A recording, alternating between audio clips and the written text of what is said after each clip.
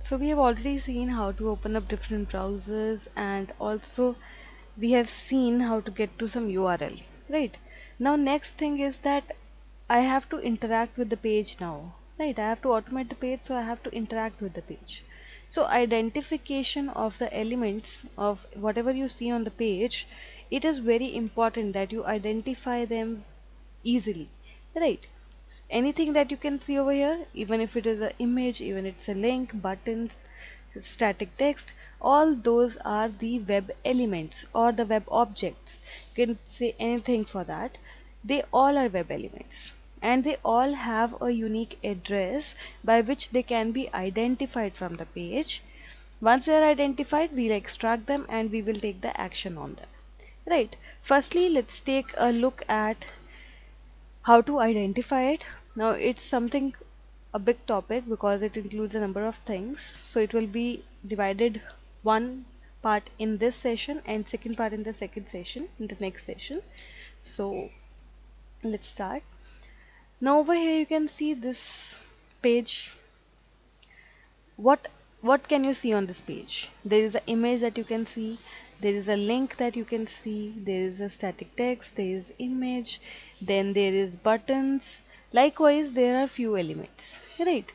So on the pages, on commonly pages do have some common elements. You will find here and there the elements that we are going to discuss today. So the common elements are, I'll take an Excel sheet and I'll keep it into a table, right? What those elements are. First is a text box, right? If you are logging in or you are filling some form, then you find a text box there. Then you find a button. You submit that details after filling up the form, you find a button. Then in the form it could be possible you have a radio button. You may have a checkbox. You may have a link like forget password and something that's kind of link, right?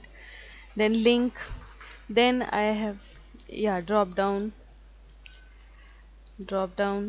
then I may have a static text which is just the text, not a text box which is already displayed on the page, that is called a static text.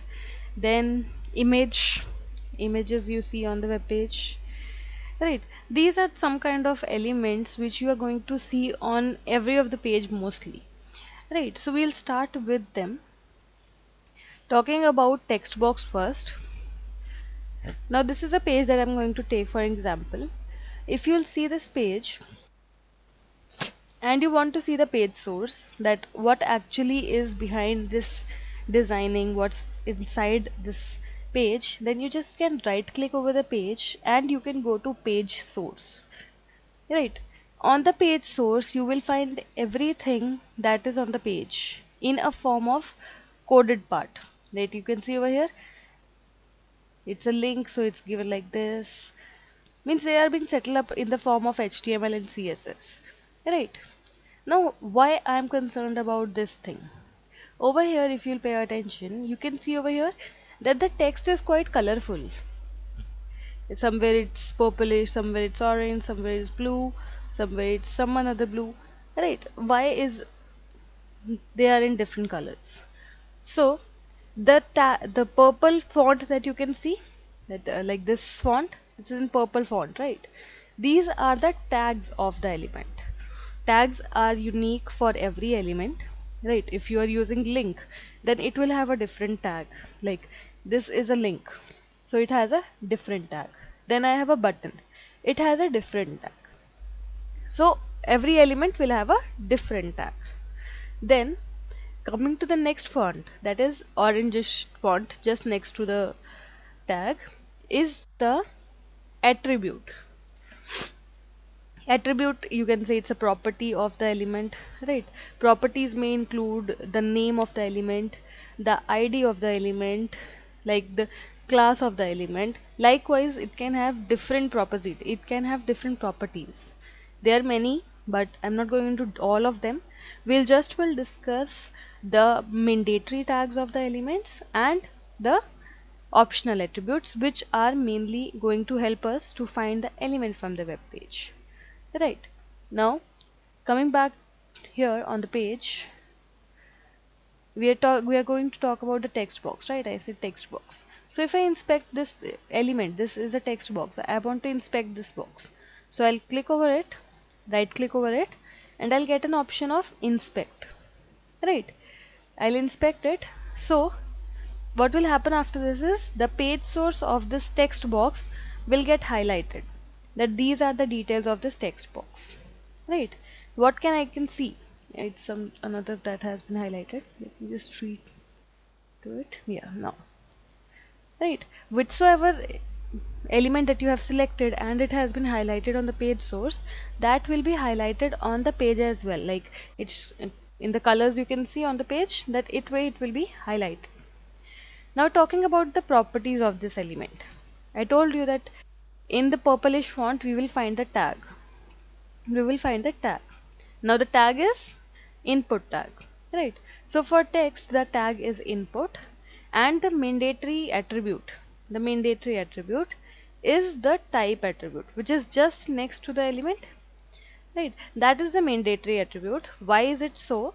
There is a reason behind. I'll tell you what the reason is as well in some time.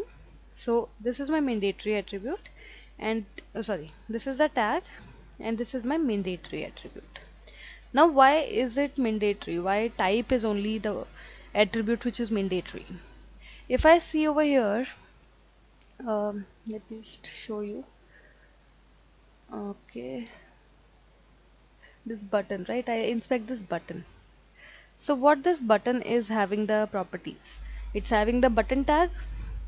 It's also having the mandatory attribute as type. Why is it so? What's the difference between both? The value of the attribute is different. For text boxes, the value of the mandatory attribute type is text.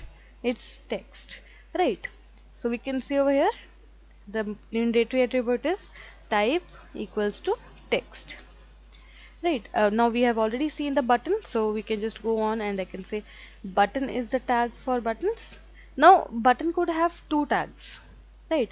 Button could have a button as well as a tag, and it could also have the input tag as a tag to it.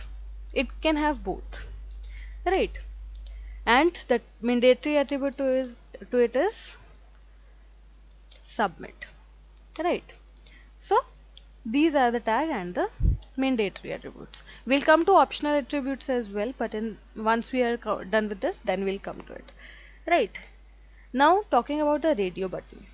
For radio buttons on this page, I don't have any radio buttons, so I'll switch to some another page to show you the details of it. So I'll go to facebook.com, and over here I'll go to let's say create new account. These are three of the radio buttons that I can see over here, right? If I inspect it, what do I get? It's inside, it's just giving me this female as well, the female which is written, that's here. This is the properties of the radio button. Now what tag it does have? Again the input tag, but the mandatory attribute is radio this time, right? So that is why the type is the mandatory attributes for almost all the elements that you can see, just their value is going to differ. So for radio button we had it for input, and the type is radio, right? The same way is the checkbox. Checkbox is also having the tag as input, and the mandatory attribute to it is type, but the value to it will be, it's a checkbox, so it will be checkbox, right? If I'll just show you as well, there's a page, let's say rediff.com. I'll take this one, I'll sign in on over here, and this is the radio, this is the checkbox that I'm talking about. If I check this, if I inspect this, you can see it's, since it's having an input tag and the type is checkbox, right? Now moving further to link. Now link is different from all those what we have discussed so far. So how is it different? I'll go back to the main page that I was using. Now over here, if I look for some link, let's say this link I'll see. I'll inspect it, and this is the page source for this. What tag it does have? It's having an A tag, which we call anchor tag, right? So this is having an anchor tag, and what's the mandatory attribute to this? This href, you can see the hyperlink reference, you can say href. This is the mandatory attribute. Why is it important? Why is it mandatory? Because it holds the link of the page which we are going to redirect after clicking on this link. So that's why it's important, right? So the mandatory attribute for a link is href, right? Now same way we have link, we have the image as well. Image is kind of similar to link because it also has some kind of same structure. This is an image that I have looked for. What tag it does have? It has a img, the short form of image, as a tag, right? And what's the mandatory attribute to this? src. Why is it so? Because it holds the address of the page, of the location from where the image is being loaded, right? Oh, I gave it in the wrong element. It's in the drop down. Control X. Now talking about drop down. Now drop down is totally different from all the elements that we have discussed so far. Why is it so? There is a drop down on the page. This is the drop down in which the countries are given like this, right? Now why is it different from all? If I inspect this, I get this as the highlighted part. Now what's the tag over here for the drop down? Select,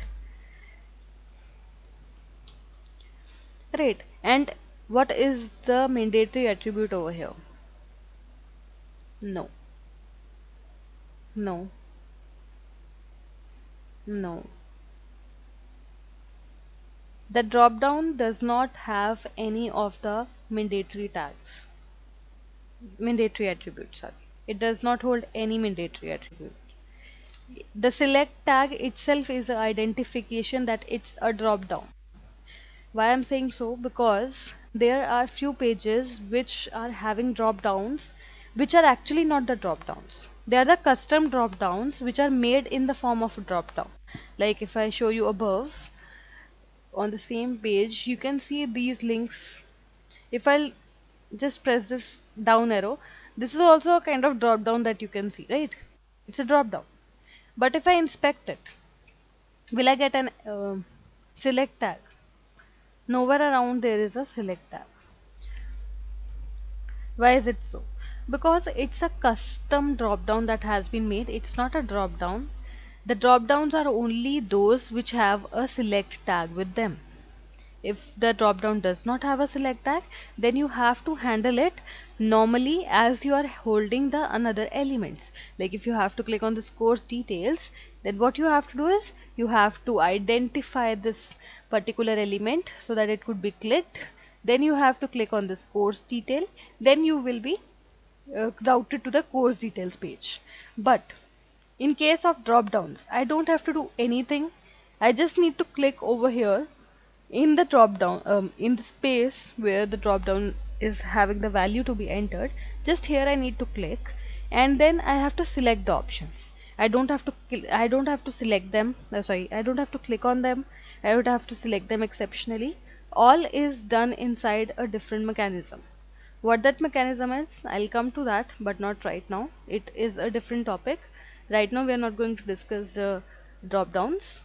We'll later on discuss it, right? So this was drop down, which does not have any mandatory tag. Now talking about text. Now text is a very convenient element that you will find on the page. It is not bounded to any of the tag name. It does not have any of the mandatory attribute. It can be inside any tag.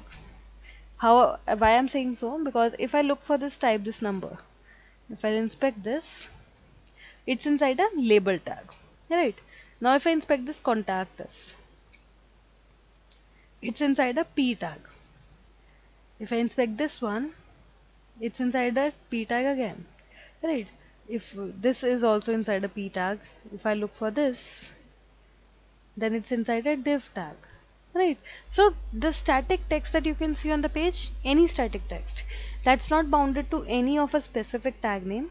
It could be inside an h tag, it could be div tag, I, p, u, label, means there could be any. So you are not bounded to find this to with a particular tag name.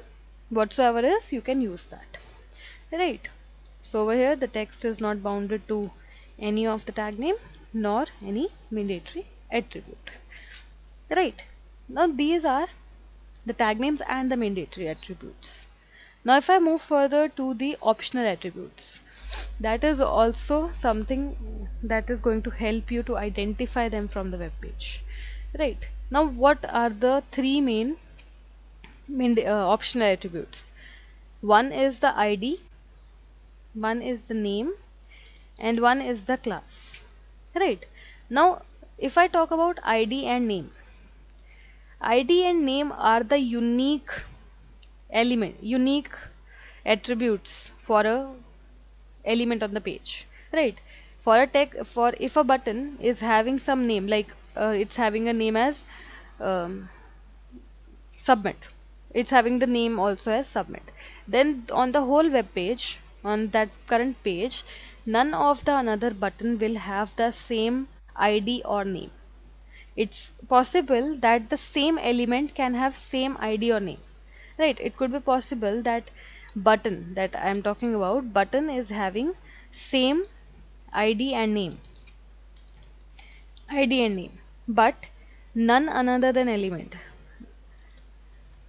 the button different id and name, right?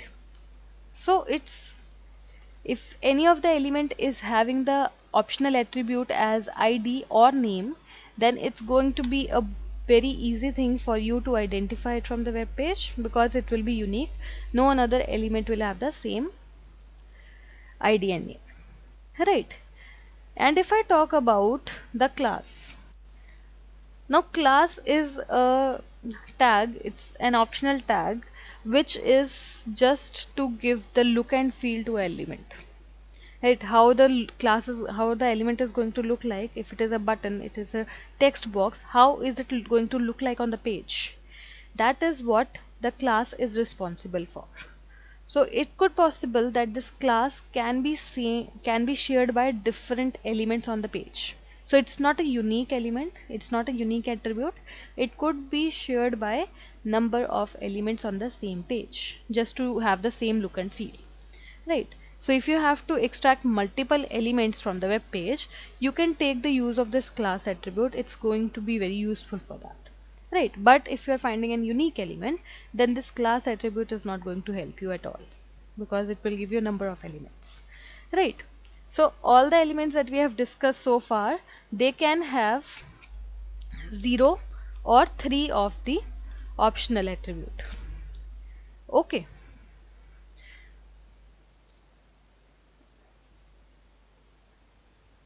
Let me just complete this sheet.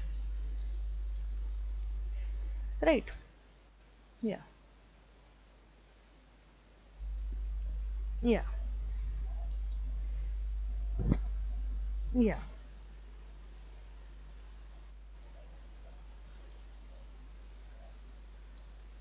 Yes. Preferably we go for ID, and we can go for name as well, because that's also a unique attribute. Both of them are good. Right. If you have to find multiple elements, or you don't, or the element does not actually have any of the another tag, in that case also you can look for the class, but that's going to be little risky for the element to be found, because if the same class is being shared by another elements, then Selenium is going to pick up the very first element which has that class and take the action on it, because how Selenium finds the element on the web page. It starts from the left, from the top of the page, from left, and it goes on to the right and coming down and down until the last. Right, so this way the Selenium finds the elements. In any case, there are two elements which are having the same class. One is lying over here at Selenium C# NUnit, and second one is lying at the last. And I am concerned about working with the last one. So what Selenium will do is it will not look for the last element if it has found an element with the same class over here at the top. So the class is quite a risky option to find unique elements. Okay, now we have discussed how to actually identify different elements on the web page, what their tags are, what their attributes are. Right. Now question comes at how to extract them from the web page. What's going to help me? Selenium is going to help me. What class is going to help me? That question comes up. Right. So the answer to that question will be found over here on the official website of Selenium.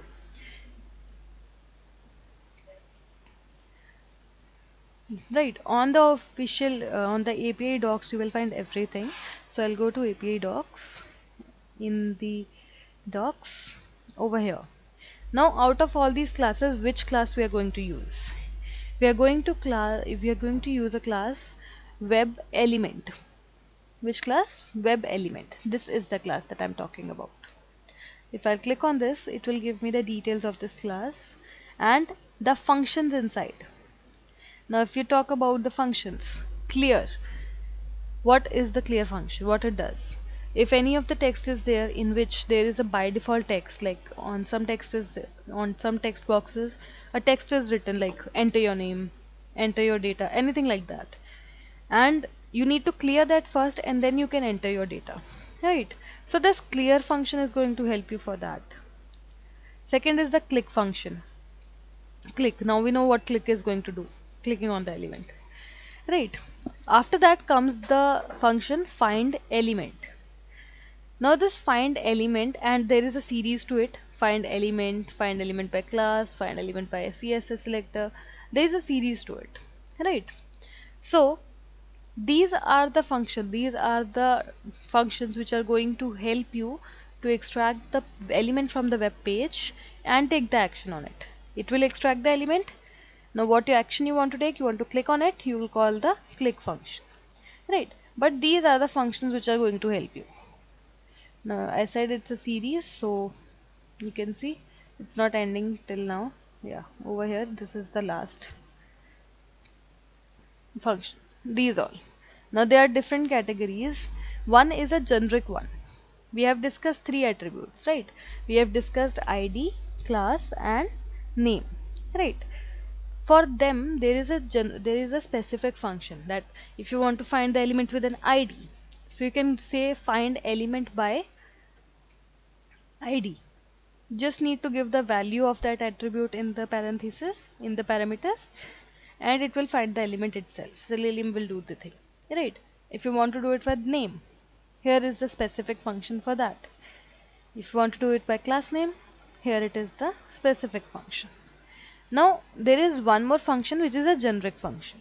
It does not specify to some particular attribute only.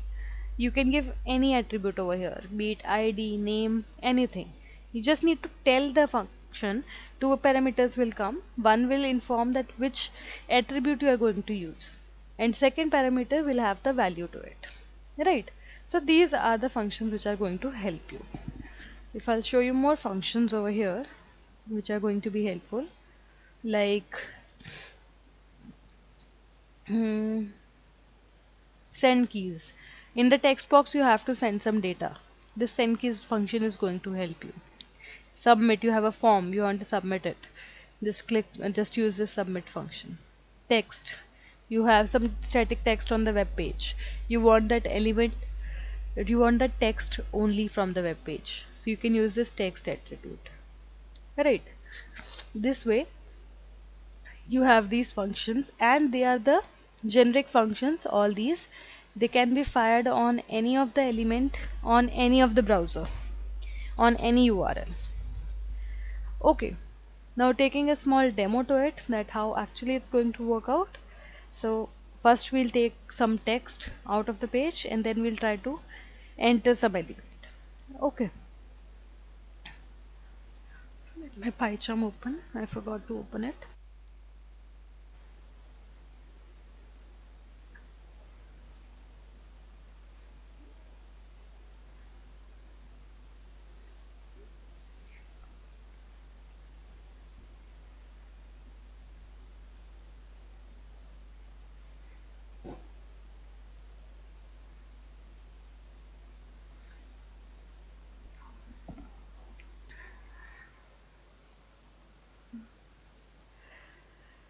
So now we'll go on and we'll make another package.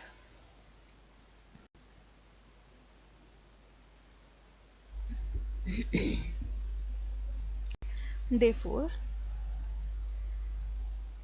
and inside this just a small module, and I'll name it as object identification. Python file object identification.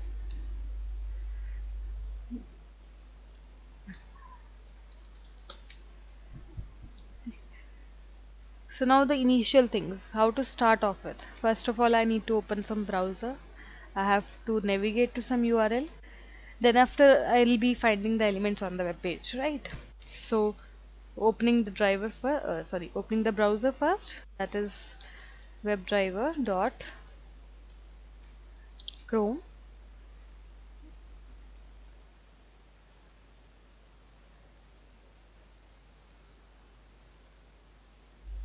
Then I have to navigate to some URL, so I'll say driver dot get and I'll pass on the URL over here.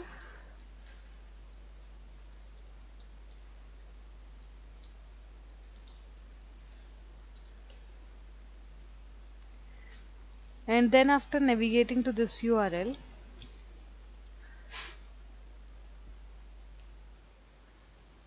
let's say I want to look for this text box.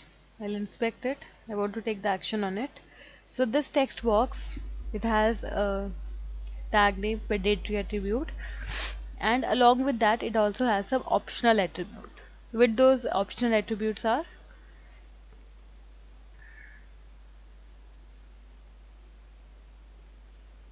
which are those optional attribute?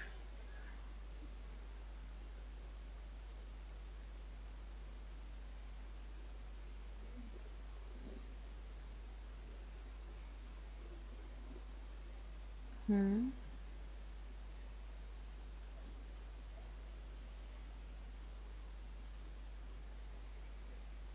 Hmm.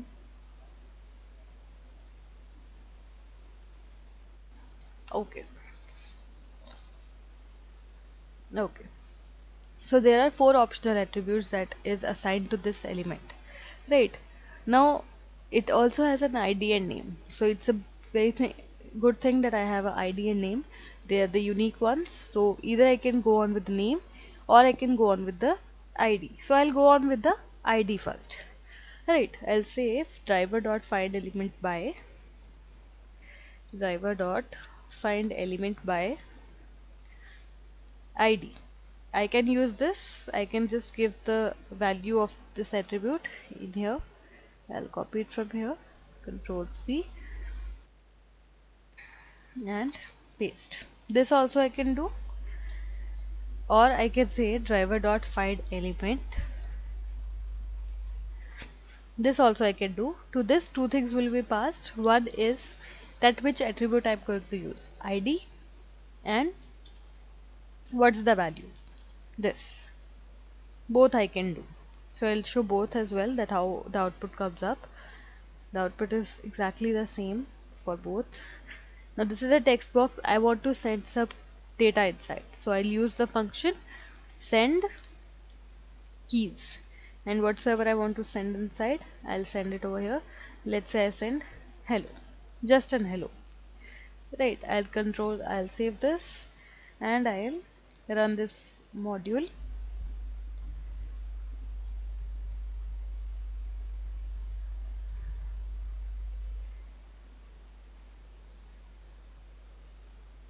So you can see in the text box the hello got entered like this, right? Now this browser is not going to close. What should I do? I should introduce something at the end. Yes. So I actually don't want it to be immediately closed. Once the action is taken, I don't want to immediately close. I want to see the output as well. So I'll just will put some sleep time. Sleep by its name only tells that it's going to pause my code for some time. So I'll say for 5 seconds, pause the code, and then driver dot quit. Right. So I'll save this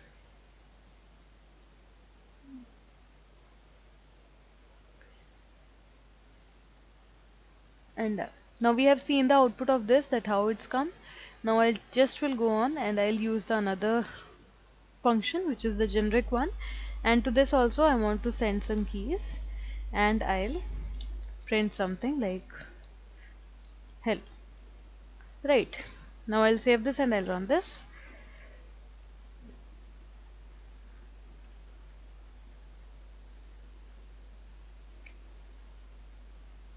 You can see in the name text box my hello got entered. So this way both the commands run fine, specific one and the generic one as well. If you want to use name attribute, then here it will come name instead of ID, and the output will be as you are seeing over here. Right. Hmm. You can use any one. Both of them are good at the same time. It's totally up to you that whether you want to use upper one or lower one. Okay, it's not something like you have to do something. You can just go on. Right. Now this is done. After that, if I look for this element with the class attribute, right, it also had a class, right? We have seen the class. So if I want to extract this with the class, so which class it had? Form control, right? So I'll say driver dot find element by uh, where is it, by class name, element by class name. What's the class name? We'll copy it from here.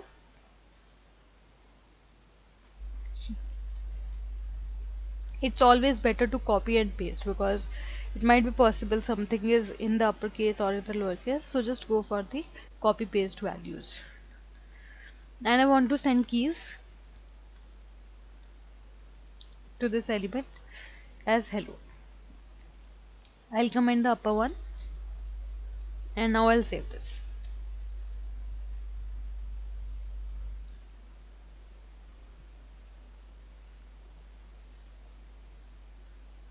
So nothing happened, but I got an exception. At the back side, if you see, I got an exception. What is that exception?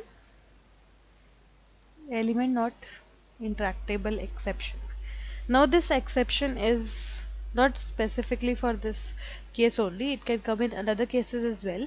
But why has it come over here? Because this class name is being shared by another text boxes as well. You can see that these text boxes, you can see they have the same look and feel, rounded one, and what's the spacing and padding, all that is same for all the text boxes. If I'll inspect this contact number, the classes form control, and because of this only that the class is being shared by different elements, Selenium is not able to decide on which element the action needs to be taken, where it has to send the keys. So that's why it just gave me an error. Right. This way the concept works and why the classes are not preferred for unique elements. Okay. Now talking about those elements which do not have any of the optional attribute. Right. Don't have any optional attribute means they don't have ID, name, class, nothing. So how we are going to take the access of it? So over here, let's see, this is the home link, or let's say this is the text that I want to take an action on. So this is a text. I'll inspect it, and you can see over here that it does not have any of the optional attribute. The tag name is also not specified for some text. So how will I be able to extract this particular element? Like this element, there will be more elements on the web page as well. So how to interact with these elements?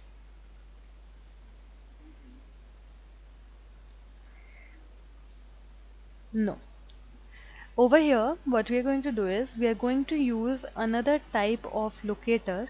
We call it locator in terms of finding the elements. Selenium is using that term locator, and that locator is XPath. XPath is a unique address for elements, and it can have address for any element on the page. Even the ID is there, name is there, class is there, or if they are not, the XPath can be made for every element. Right.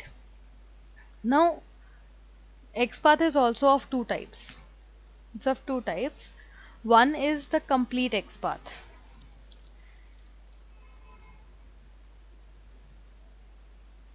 Yeah. XPath. One is the complete or absolute XPath. Right. And second one is partial or relative. Right. So partial and relative are one on the same thing. Complete is different. Now how both of these types are different from each other? So this complete XPath that you can that we are talking about, what is this?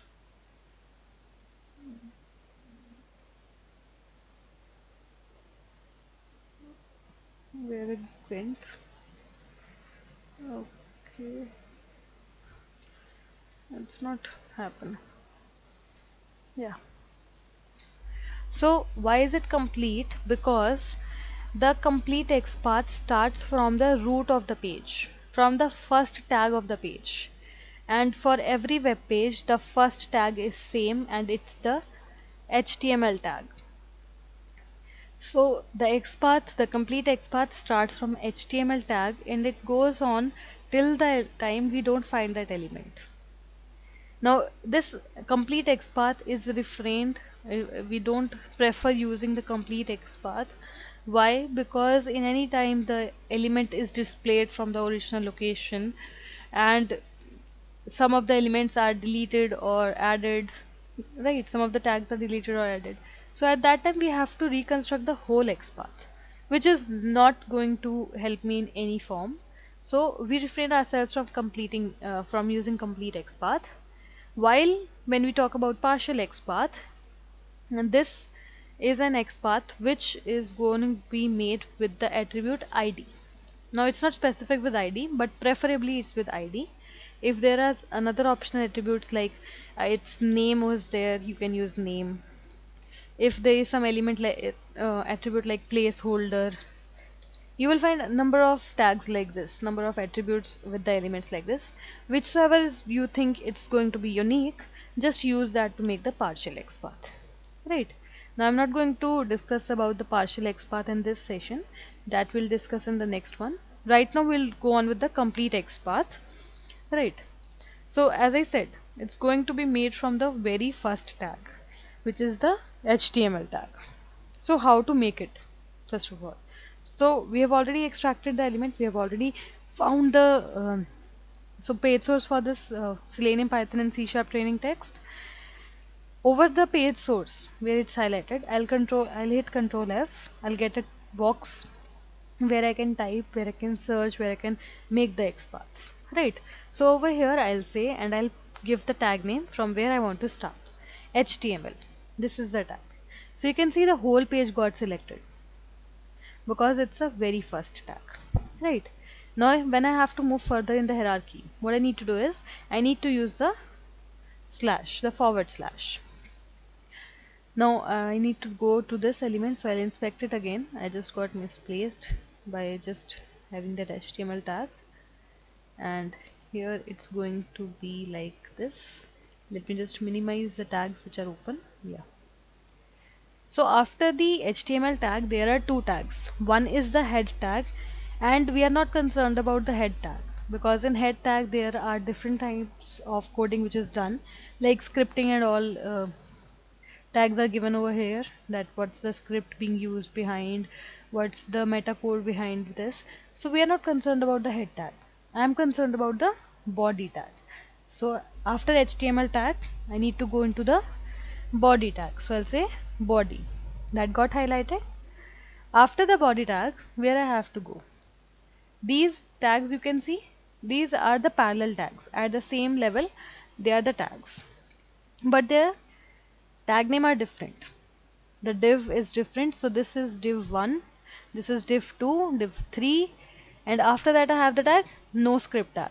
So this is a different tag. No script tag is a different tag. It's not counted in the continuous hierarchy. It will be different. We ended till div 3. Then after we'll find another div tag which is here having a class. This is my div 4. Then 5. Then these are script tags which are not the div tags. So these will not be in the hierarchy count. Div 5, then I have div 6, and inside this div I have another div, and it goes on as the hierarchy, right? Now same way if I have the script tag, so this is my script 1, this is my script 2, script 3, same tags will be in the count. Okay, and now after this we have counted that which div tag I am concerned about. I am concerned about this div tag which is at the number 6. So I'll say slash div 6. So I came over there in that element, in that div, right? Now if you want to go inside the very first tag, it could be any tag, div tag, script tag, input tag, any of the tag, then you don't have to specify one every time. You can skip that number. But if you want to go inside the second or third or so on, then you have to provide the number that in which tag you actually want to go. Okay, I was concerned about sixth div tag. I went inside. Now below this div tag, below the hierarchy, there is another div tag. So I'll say slash div. Now this is the very first tag that is coming up. So I won't give the number 1 over here. I'll just will give div. Right. And after that, I have my h1 tag in which the text is actually written. Like this. Right. So we have reached till this point. My complete XPath or absolute XPath has been made over here. I'll copy this, and this is the complete XPath that I have got by making.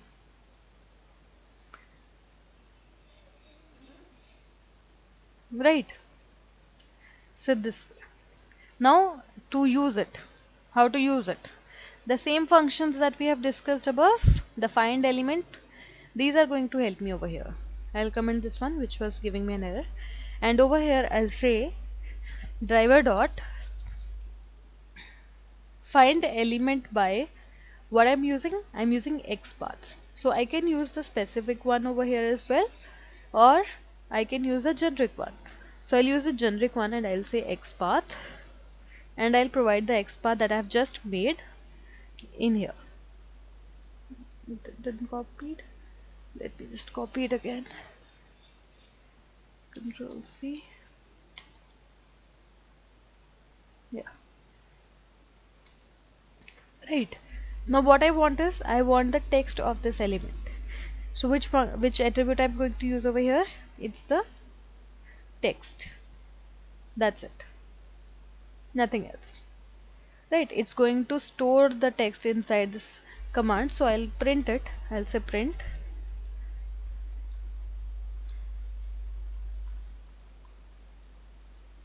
And done. Now if I save this and run this,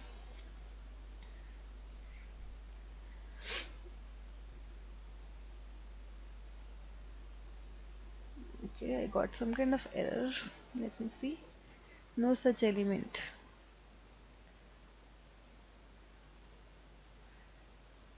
It means that it's not able to find this element.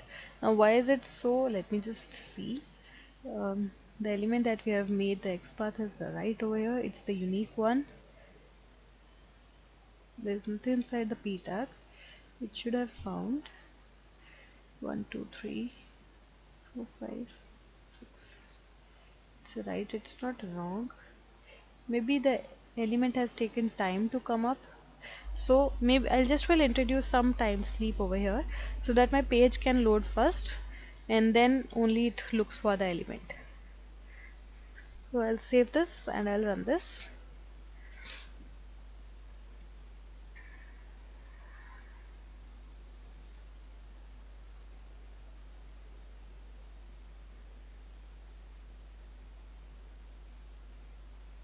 It still gives me the same error.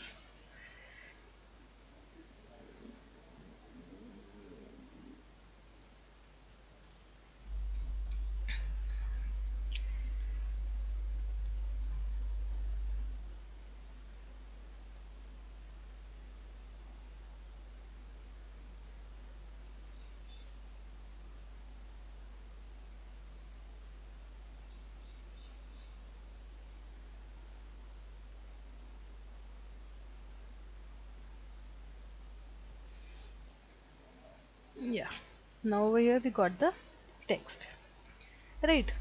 So this way the complete XPath works. You can use it with the specific function driver.find element by XPath. That's also going to give you the same output, right? Now time.sleep is a not preferred way to load the pages or wait for the page to be loaded. That we'll discuss that how to overcome this time.sleep, right? But for the XPath in this session, this is it. I'll not confuse it by introducing the next one as well. So this is what I'll over the class with. If you have any questions, any doubts, you can just let me know.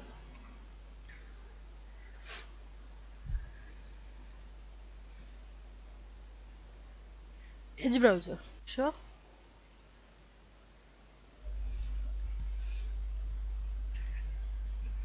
No issues. I'll save this and I'll run this. I'll close the extra browsers.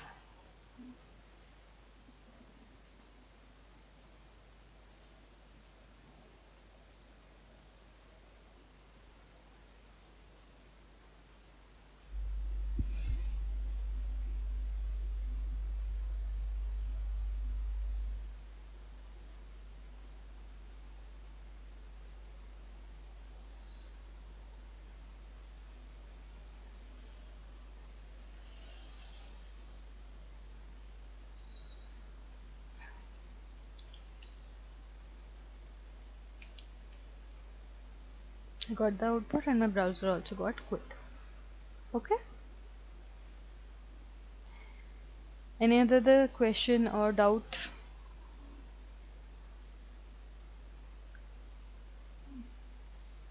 Okay. So in that case, it's good that if you have no doubts, then we'll see to it of the next parts, the another locators which we can use except for the XPath as well. There's another locator we can use and we'll complete the XPath in the next session. Okay. So have a good day. See you in the next class. Thank you. No, on Monday. No, not on Monday, on Tuesday actually. It's Tuesday. Tuesday, yeah. No issues. Thank you. Bye bye.